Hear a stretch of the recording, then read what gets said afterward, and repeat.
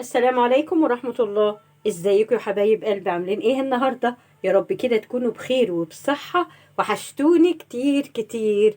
النهاردة بقى جاية لكم بأكلة اقتصادية جدا جدا جدا، مش مكلفة خالص خالص خالص. وتقريبا يعني معظم البيوت المصرية بتبقى عارفة الأكلة دي. هي أكلة جميلة وأكلة بتاعت أمهاتنا بتاعت زمان. بجد حلوة قوي قوي، وعايزين بقى نرجع للأكلات بتاعت زمان كده، علشان طبعا الميزانيات بتبقى يعني ايه. الأيام دي الغلا والحاجات دي، فلازم نقتصد شوية. وهنعمل لكم النهاردة الأكلة دي، أكلة جميلة جدا بجد حلوة قوي. هنعمل لكم بقى الرز والبطاطس الصيادية، أو بمعنى البلدي كده المدفونة. بجد حلوة جدا جدا اهي. وتاكلوها كده سخنة، بتبقى بجد حلوة جدا. جنبها بقى ممكن بتنجان، ممكن مخلل، ممكن اي حاجة، بس بصراحة البصل بيبقى رهيب جنبها. يلا بينا نسمي الله ونصلي على حبيبنا المصطفى صلى الله عليه وسلم. نشوف بقى الأكلة الاقتصادية قوي قوي في الأيام الاقتصادية دي، عملناها ازاي، الطريقة والمقادير. يلا بينا.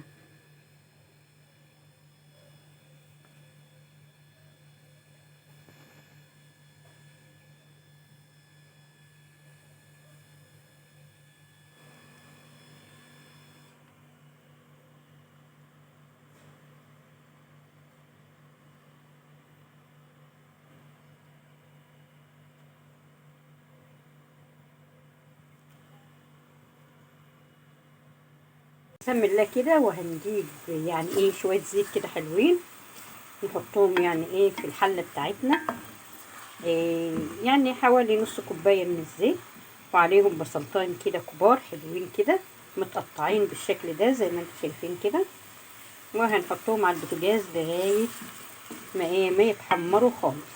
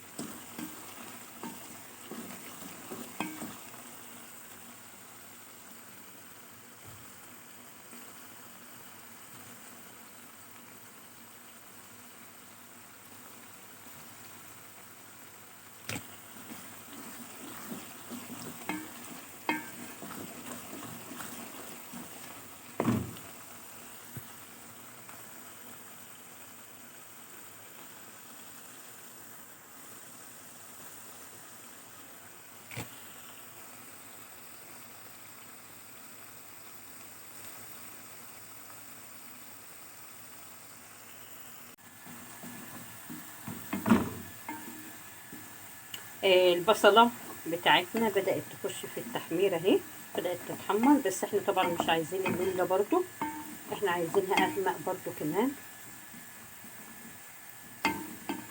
عشان احنا عايزينها كده صيادية، يعني ايه، غامقة زي بتاعت الصيادية بالظبط.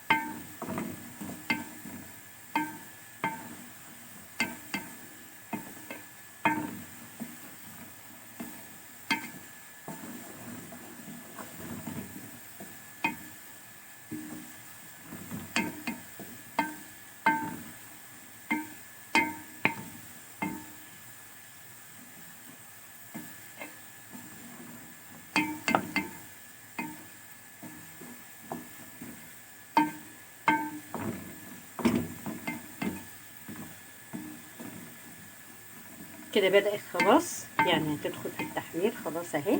هي كده اتحمرت اهي زي ما انتم شايفين. انا عايزه اللون الحلو ده تمام كده. هنبدأ بقى ايه نحط عليها البطاطس. البطاطس انا مقطعاه مقشراه ومقطعاه مكعبات وغسلاه كويس قوي وحطاه طبعا في ميه عشان ما يسودش.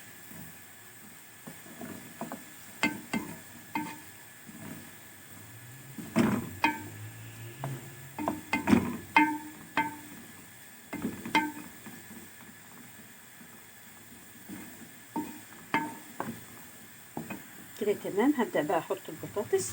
بسم الله.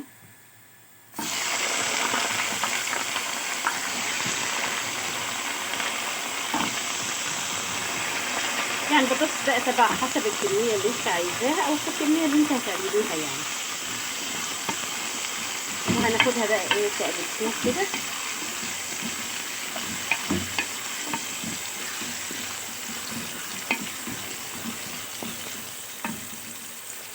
هنحط لها الملح بتاعها. هنحط لها فلفل، ملح وفلفل، مش اكتر من ملح وفلفل. كتر الفلفل كده عشان ايه تبقى الاكله بتاعتها جميله. وهنقلبها كده تقلبتين في الزيت. بعد ما البطاطس كده خدت تقلبتين مع البصله اهي وتغير لونها بقى لونها، شايفين اللون الجميل ده.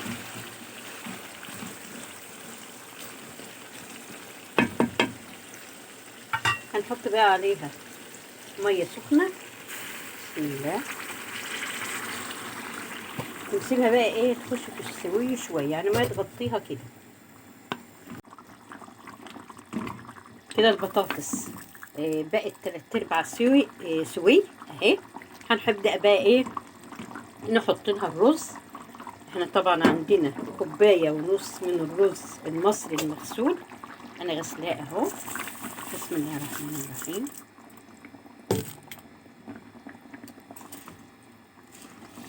وهنقلب. طبعا لو احتاج ميه هنحط له ميه سخنه. هو اكيد هيحتاج يعني. بسم الله. نحط له شويه ميه سخنين. بسم الله.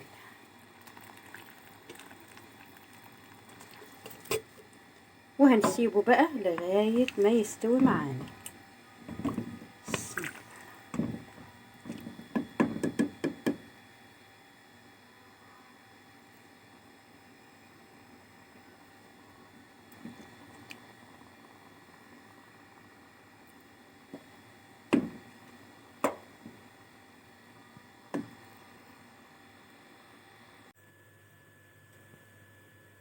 كده حبايبي ما شاء الله الرز والبطاطس بتاعنا اهو. بسم الله ما شاء الله. هو كده استوى. شايفين بقى ما شاء الله لونه تحفة وطعمه جميل جدا جدا وريحته ايه ما اقولكمش بقى على الريحة وجمالها ما شاء الله. والبطاطس بصوا يعني ايه مستوية جدا فيه وحلو جدا جدا. يعني اكلة اقتصادية واقتصادية جدا يعني. وبرضه موفرة وكويسة جدا يعني. هنغرفه بقى ونقدمه.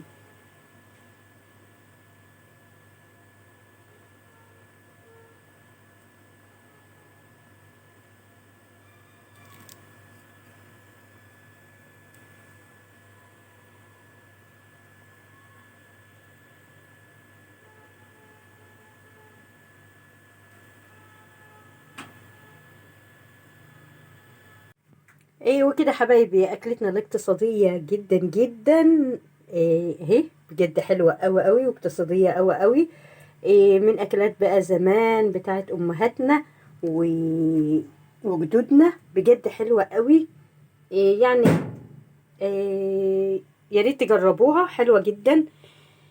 ويا رب كده الفيديو بتاع النهاردة يكون عجبكم. وإن عجبكم بقى الفيديو ما تنسونيش في الاشتراك في القناة لو انتم مش مشتركين في قناتي، وتفعلوا لي جرس التنبيهات عشان يوصلكم كل الفيديوهات اللي انا بنزلها. ويا رب يكون الفيديو بتاع النهاردة عجبكم. واشوفكم يا رب كده في فيديوهات تانية كتير كتير. وان شاء الله هنتقابل في فيديوهات تانية كتير. واقول لكم السلام عليكم ورحمة الله وبركاته.